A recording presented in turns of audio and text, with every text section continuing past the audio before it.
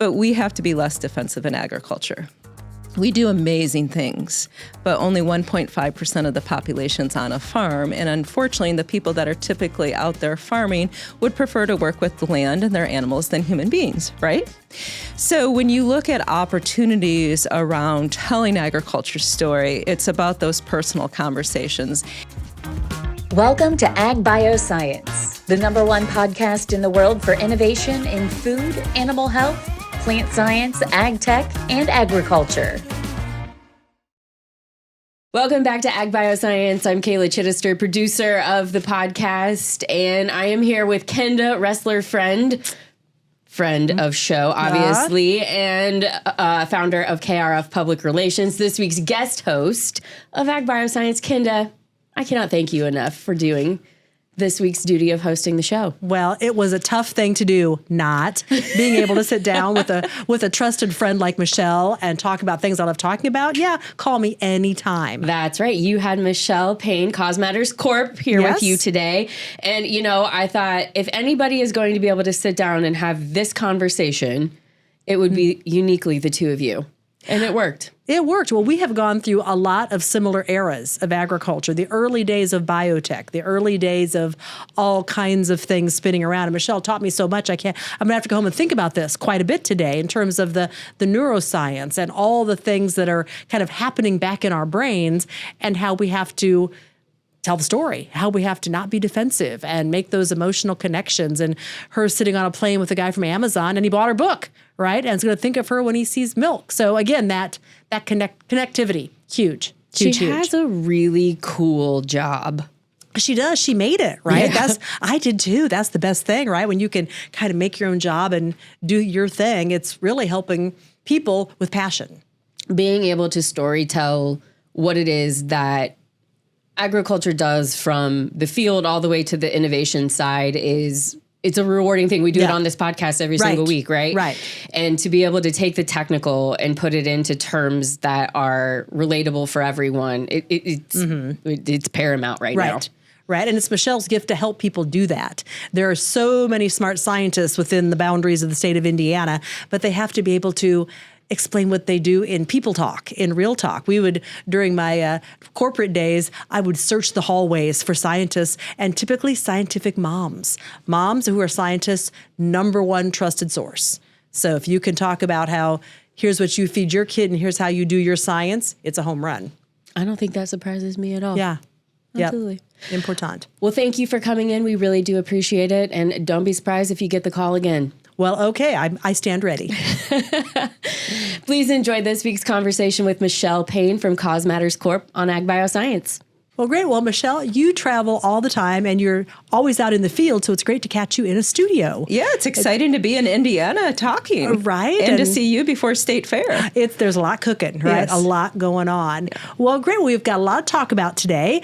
And so we'll just kind of jump right in here. So from regulatory pressures to consumers, the food and agriculture system is changing. You've worked in it for a long time. This is not new news. But tell us your kind of boots on the ground, current landscape. What are you hearing from the farmers, the scientists, all the folks that you're out there working with, helping them tell their stories? The most predominant theme that I hear is uncertainty. Clearly at a macro level, we see a tremendous amount of change in international trade and shifting policies in commodity prices, as well as consumer acceptance of fun things like seed oils and whatnot. So it's a really challenging time. But I think at a more nuanced level, some of the things that I have heard is a lot of frustration with the mental health issues around agriculture and specifically around youth, unfortunately, as well as the opportunities with AI. And I don't just mean from a practical protocol standpoint, but actually from being able to forecast some of the issues and see where people's minds are around innovation and such. So there's just a tremendous amount going on. The good news is we still get to feed people, right?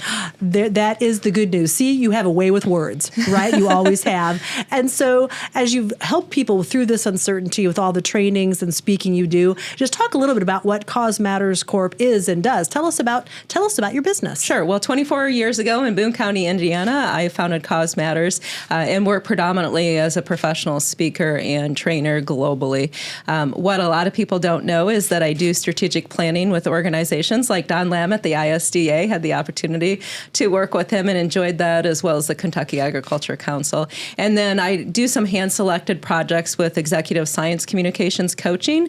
I've worked with Corteva before and had a lot of fun, as well as some local businesses like Freshly Dairy happen to be friends of mine, and so I really enjoy helping them tell their story.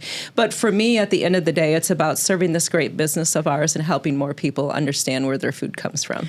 And that's so important. And we know for years, farmers and agri-science and everyone has been trying to get to the consumer, right? How do we get to that person and help them understand where their food comes from? And, really connecting over food, right? We all love talking about food and all those things. So you build bridges from the technical to the practical. So how do you do that? What are some of the biggest gaps you help people try to close? Sure. Well, I've had the good fortune. I was raised on a dairy farm in Michigan, went to Michigan State University, go green. I just had to get that in there for all my Boilermaker friends. Sorry. and had the opportunity to work in international dairy genetics, and actually came to Indiana because of the National FFA Foundation, where I developed relationships with people like yourself and Corteva and others in the community, and got to know Indiana agriculture. And what I continued to see as I worked across National FFA in the 15 states I managed is that there was a lot of frustration. And this was back in the late 90s, early 2000s. So we're talking quite some time ago. A lot of frustration around the lack of understanding of agriculture, the technology used in it. The Roundup days had just started, right? Glyphosate, GMOs were very hot, et cetera, et cetera. And I called on a lot of the crop protection companies, and it was really interesting to me to see the science. My degrees are in animal science and agriculture communications. I worked in the reproductive physiology laboratory at MSU, so I do have a firsthand love of science. And it frustrates me because people don't understand the value of science when we talk about food. So we'll get to that in a little bit, but what I continue to see is that people don't understand how their food is produced. Yeah. And farmers get very aggravated. I get it. I have dairy cattle out at my front yard. I'm hoping a heifer doesn't calve while I'm here, as a matter of fact. But we have to be less defensive in agriculture. We do amazing things, but only 1.5% of the population's on a farm. And unfortunately, the people that are typically out there farming would prefer to work with the land and their animals than human beings, right? So when you look at opportunities around telling agriculture's story, it's about those personal conversations. And it's not just the farmers. I would hold every person who has a vested interest in agriculture, whether you're an agribusiness or whether you're a dietitian, to be able to share the farm and food story more effectively. And I know somebody who's watching may say, well, I've never been on a farm. I can't really speak to that. Well, perhaps not, but you've been in a laboratory and you've created an incredible product, whether it's a bioengineered product, perhaps it's a new technology to use in the field. Tell the story of that on a personal level. So I don't really have secrets, but what I try to focus on, and you can appreciate this from your work at the State Fair, is it's a personal conversation. Yes. So as an example, my books and my work have largely focused on connecting with the registered dietitian community. Shout out to all my RDN friends. It's really fascinating to me because when you look at a registered dietitian nutritionist, you wouldn't expect that they would naturally have a connection with farmers. Right. Well, my research has clearly shown that their hot buttons are around people wishing that they knew what RDNs actually do, science-based, evidence-based information, and respect for real information. Sounds very familiar, doesn't it? Wow, right? Respect for real information. Yes, and so it's a challenge because many times, and I get this, like I have Holsteins, for those of you who don't know, my daughter and I love pretty black and white cows. And I get very defensive when people start talking what I would call smack about dairy farmers. Because it's insulting. It's insulting at a personal level. But what I have to remind myself to do is to step back and to listen to what that person's really interested in. As a quick example, I was on an airplane with an Amazon executive in Iowa a couple of months ago. And he was at the end of an 18-hour flight from Madrid. I had delayed flights all day. It was not a good travel day for either one of us. And I rarely talk to people on planes, to be honest with you. We talked the entire way. And at the end of the discussion, I showed him pictures of our cows because he was genuinely curious. He ordered my book, Food Bullying, from Amazon, of course. Of course. And then he stood up and he said, I want you to know every time we buy a gallon of milk for our family, I will think of you. Personal connection. Every time. Every time. Yeah.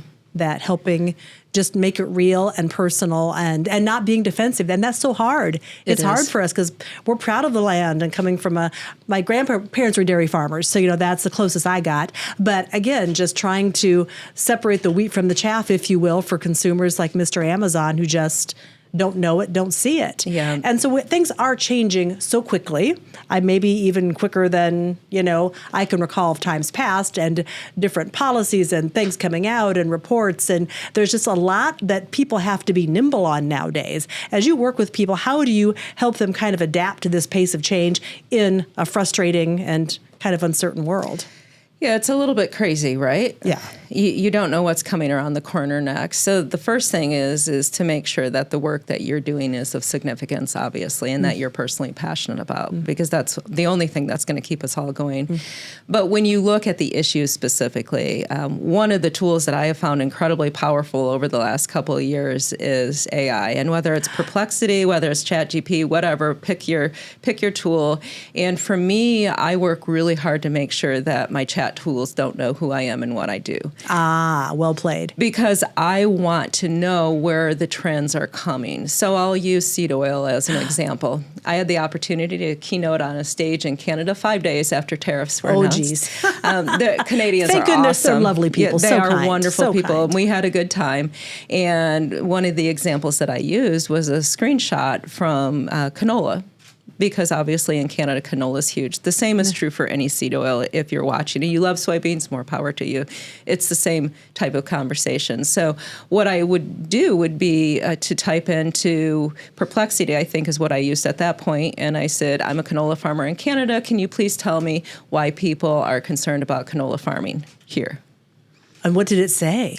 It brought up a number of issues, some of which I'm not going to disclose because I know we have non-agriculture, but one of the issues was a particular chemical compound that is used in most seed oil processing, and I didn't know what it was. And that's one of the cool things about our work, right? Right, we learn every day. We do, and if you're curious, it's amazing what you can find. Well, I found somebody who has a PhD and has worked in canola her entire career, and I said, what is this? And she said, I don't know. Wow. So that's one of the powers of using AI. Another one is considering, and this is a little bit big picture, but looking down the road in 5 years, in 2 years, where are the sources going to come from? Right. Where are people who are seeking information going to find information from? I've run probably 50 different examples and have found agriculture listed as a source twice. Wow. That terrifies me. That is horrifying. And so from my preliminary research, what I've been told by the tech experts is that there's a variety of places that the AI bots go out and get the information. When I've asked AI, what it tells me is the National Library of Congress. Okay. So I made sure my books were all there, but they're all copyrighted. So my question is, how do you make sure? That, yeah. It listed extension, which was a bit of a surprise, and then it listed a number of other entities, peer-reviewed journals. But at the end of the day, authenticity and volume matters. Right. So my question is to everybody who works in the food and agriculture space and the health space, if you want the AI bots to have accurate information, what are you doing? How are you helping? To push it out there? And it's the same as the advent of social media. What are you doing to help tell agriculture's story? Right. The power of amplification and, to your point, put in correct information that can be then part of the discussion. The big picture, because for me, it's always about the bigger picture of how the agriculture story is being told, how the food story is being told, where people like dietitians can source information and find it from those of us with firsthand expertise. Right. Wow, fascinating. So as we, think about all what's next coming down the road, and what topics do you see coming on the horizon soon? Yeah, so there's a lot of discussion around regenerative versus sustainability. I think you can draw very close parallels. Very close. Yes, there's a lot of discussion around global trade. On a positive note, I've seen some really good shifts around the acceptance of GMOs and biotech over the last several years. That's great to hear. Yes, it is encouraging. I never thought that I would, but there's increased sensitivity about products that perhaps we don't need to be quite so concerned about from a science standpoint. So going more specifically into the science discussion, I would challenge anyone who hears reports about things like food dyes, seed oils versus tallow, etc., to source the information from a scientific entity, because the information that is being fed to us, pun intended, is sometimes disinformation. And disinformation is slightly different than misinformation. Disinformation actually is the intentional proliferation of information that is incorrect about a topic. As an example, the animal rights activists spreading information about livestock producers. That is disinformation. I would make the case that you could probably say the same thing about seed oils. And the other interesting nuance that's really important to understand is that if you hear something about what European policy is, that's not necessarily accurate in the United States, because they have different policies and they name items different names. So that doesn't make it any more superior. And by all means, I'm not saying that the U.S. food system is perfect. There is plenty to be improved on, including in agriculture, and most farmers I know will tell you that.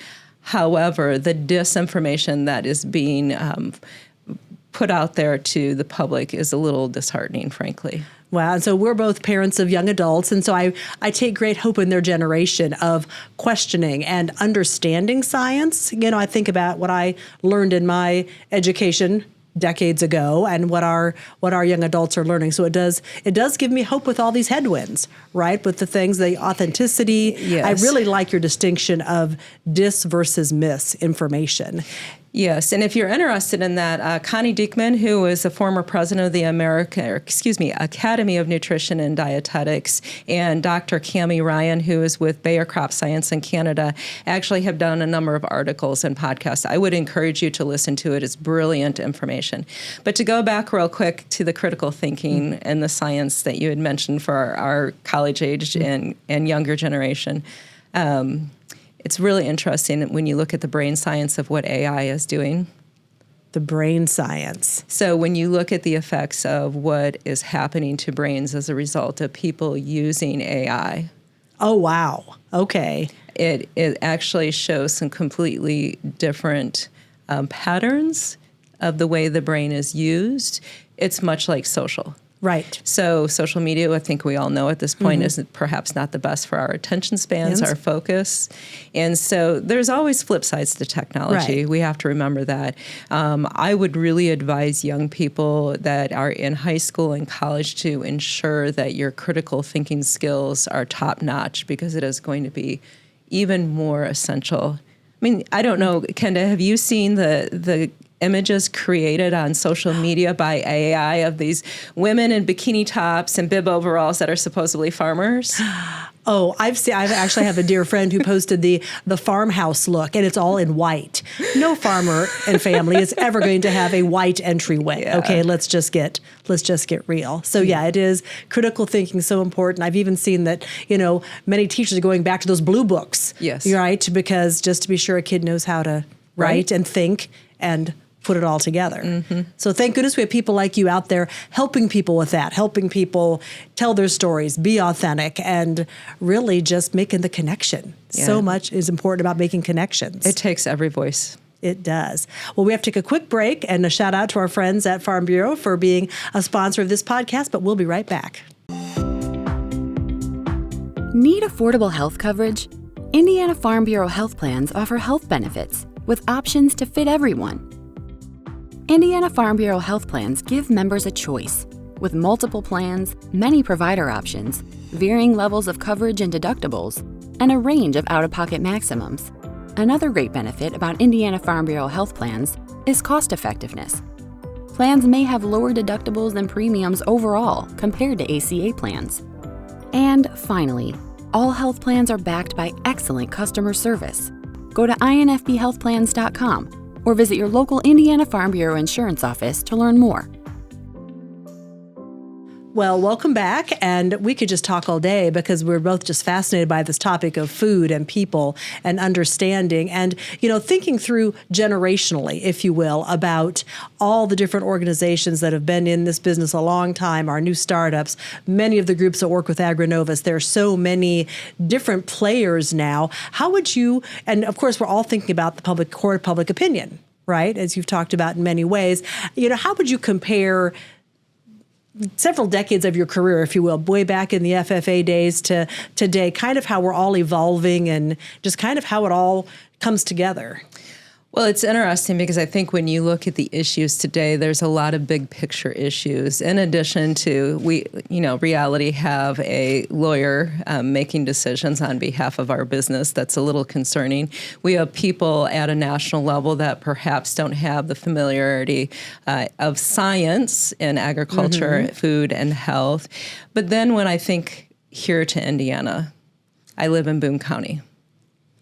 10,000 acres of prime farmland have been threatened to be taken out of production. I have an ethical issue with that. And when I look nationwide at the hundreds of thousand acres of farmland that have been lost, I have to question where the future of our country is, because if we can't grow food, we have no national security. It's as simple as that. And then, the big picture of the average age of the American farmer is 58 years old.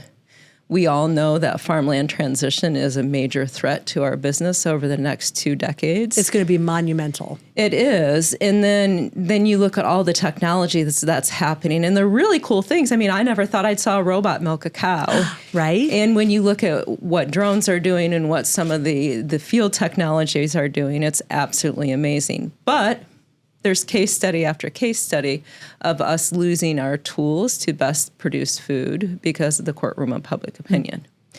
And then I look at some of the other big picture things such as food insecurity. I am deeply passionate about providing food for people, especially young people. And the fact of the matter is, according to USDA and the Economic Research Service, food insecurity, particularly amongst children, is increasing since 2020. Wow. So that infamous COVID time has kind of set us on a path. Yes. And then I had mentioned earlier mental health, because agriculture, unfortunately, is one of the leading sectors for death by suicide. Wow. And I've been writing some pieces recently around youth in rural areas. And youth in rural areas are 60% more likely to experience depression, anxiety, or suicide than their urban counterparts. Which is so surprising. And terrifying. And terrifying. Yes. And so there's myriad issues that are happening that are very big picture issues, and we can get into some of the more nuanced ones. But when I think about what's been going on, clearly MAHA and everything that's happening in D.C. is having a significant impact. The lack of the Farm Bill right. has affected us all. Waiting. Yes, exactly. And then the shifting international markets, which seem to be largely unknown, and tariffs and all of that. So there's many issues that are happening, and what I try to do is focus on the ones where I really feel like I can make an impact. And kudos to the people that are out there in policy that are working at the federal and the state level. Right. I know that's not my gift. My gift is being able to work with people to better communicate the science of our business. And also on the mental health piece, be able to raise the familiarity and normalize the conversation that we have around our stress and our inability to manage stress in agriculture. And that actually, I like that, what you've just said there in terms of managing the stress, because you're passionate, but there's so much emotion. And when people are emotional, they're stressed, they're seeing family farms go away, they're seeing land being scooped up. How do you kind of balance the emotional responses when you're working with people versus helping them find their voice? Well, I think it's a deeply personal business, and we have to acknowledge that. So you're talking from the advocacy side, not the mental health, correct? Right. Okay. So from the advocacy side, what I always try to do is encourage people to take it off of emotional center. So let's talk biotechnology as an example. Not exactly the least contentious issue that is out there, but there have been improvements that have been made. And when I go and I work with dietetic audiences, typically half of them dislike my stance on GMOs. I adamantly believe that farmers have the opportunity and ability and right to plant whatever they see fit, as well as farm whatever they see fit. And the best practice And by the way, that means I also support my friends that farm organically. Right. It's a personal choice for a farm family. But on the GMO front, dietitians often will come up and question me or try to correct my thinking. And this is what I say to most all of them. Do you have anybody in your family who's diabetic? And odds are pretty good they do. Yes. And my daughter's godfather happens to be severely diabetic. He would not be alive if it were not for GMOs. Because you see, all of the insulin he takes is created through bioengineered bacterium, which is far more consistent than the insulin that used to be produced by pigs. Right. And that immediately takes it off of emotional center, because I have found in some cases when you can take topics from food and you can relate them to health in a globally accepted way, then there's not the questions about farming. One of the challenges that we have is that few people have set foot on a farm. Right. And I know that my friends are never going to understand what it feels like to pull a calf. They're never going to understand what it feels like to have to make a decision to do something to an animal that looks incredibly cruel, but is in their best interest. I understand they're never going to see that or do that. So if I can explain it to them in a way that they can relate to, such as GMOs and health, are amazing. I mean, you want to talk about innovation, and I will try not to go on this, but one of the degrees my daughter is graduating with at the University of Georgia is regenerative bioscience, and it's the intersection of animal science and health science. How cool. It is amazing, and they're working on things such as curing Parkinson's. They just announced a new product yesterday that will help with traumatic brain injuries. Wow. And they're using pigs. It's just, right? it's really cool science. So if you are a scientist, if you work in the innovation space, please tell your story. So few people understand the hardcore science of our business, and they're terrified, right? Yeah. What we don't understand, we tend to push away. Exactly. And my experience with food bullying, which is also science building, is what you don't know, you don't trust, and therefore you're disconnected. And so it's a real challenge. And the one counsel that I would offer is do not data dump. Don't puke science on people's shoes. Right. Please. Just don't do it. Yes. Just don't offer do the it. personal stories, offer the personal perspective. Right. Well, you develop many resources to help people do that, which is amazing. And you now you've written several books. I know I've read them. I have them. But your book, Science Story Speak, that's a lot of S's. Yes. What prompted you to write this book, and what can readers expect from it? So Science Story Speak is actually my fourth book, and books really are not that hard to write, I promise you. What prompted me to write it was a deep frustration. And mind you, we started writing, I think, 4 years ago. A deep frustration that both Amy Hayes, my co-author, and I have with people's inability to understand science. And what we did, it's a workbook, and there's a correlated training that we actually have done in California and Texas, and Indiana NRCS has talked about bringing us in and so forth. So it's a great opportunity to work through how to connect science on a more meaningful level. So there's things such as generational IQ, looking at the neuroscience of how people accept information about modern day farming techniques, and really how, as a scientist or as a business trying to connect with farmers, how to be able to connect science in a more meaningful way. How useful, because again, we're such a science hub here in Indiana with some major global headquarters doing great things in all kinds of things, crop chemicals, animals, all the things. That's going to be so useful. Where can we get it, and is it available now? It is available now, and you can get it at causematters.com. It is available on Amazon, but it is not the spiral version. And if you're in Canada, you're listening, you do need to order it through Amazon. But if you go to causematters.com, you can find it there.